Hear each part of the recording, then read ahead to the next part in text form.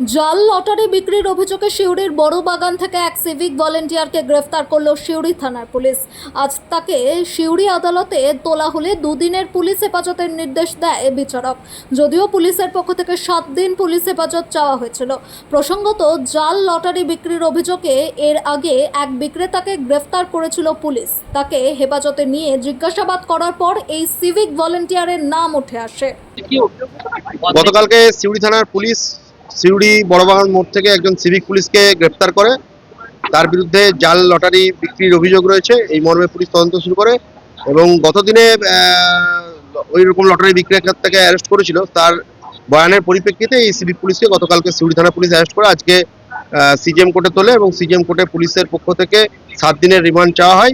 লালেট CGM court 2 দিনের জন্য পিসি remand allow করে এবং আগামী 20 তারিখে তাকে ফের কোর্টে তোলা হবে।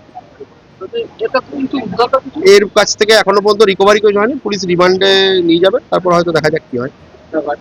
আপনার নাম? আমার নাম হচ্ছে অরিন্দর সিং, আইনজীবী সিউড়ি কোর্ট।